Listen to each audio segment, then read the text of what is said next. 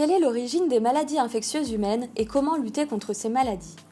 À l'origine d'une maladie, il y a un agent pathogène, par exemple le VIH qui provoque le sida. Il ne mesure qu'une centaine de nanomètres, mais il n'est pas moins dangereux. Lorsqu'il infecte un être humain, celui-ci devient son hôte et le virus commence à vivre à ses dépens dans ses globules blancs. En se multipliant, le virus provoque des symptômes.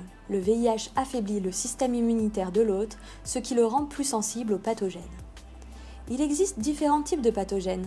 Les virus, comme celui du sida, les bactéries, comme celle du choléra, les eucaryotes, comme celui du paludisme.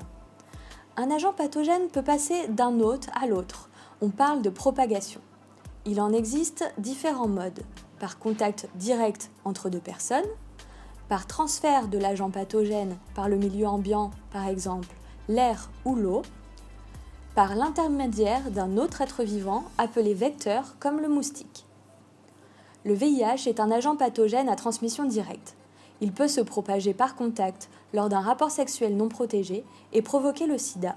Mais attention, il ne se transmet pas par un baiser ou par des piqûres de moustiques. Le paludisme est une maladie à transmission vectorielle. Le pathogène, Plasmodium, est transporté d'un individu à l'autre par un vecteur qui abrite une partie de son cycle de vie, le moustique anophèle. Lorsqu'une maladie est contenue dans une zone géographique localisée donnée, c'est une endémie. Si cette maladie commence à se propager rapidement dans la population, c'est une épidémie. Il peut exister des porteurs sains, des individus abritant le pathogène mais qui ne présentent pas de symptômes. Les agents pathogènes persistent dans des groupes d'êtres vivants nommés réservoirs, humains ou animaux. Le changement climatique peut impacter les épidémies mondiales. En effet, le moustique, vecteur du paludisme, s'installe dans les zones chaudes. En cas d'augmentation de la température, la zone à risque peut donc s'étendre. À l'échelle individuelle, des mesures d'hygiène limitent les risques de transmission.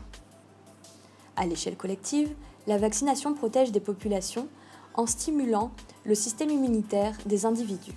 C'est une mesure de prophylaxie car elle vise à prévenir l'apparition d'une maladie. Quant au traitement curatif, il soigne des individus déjà atteints.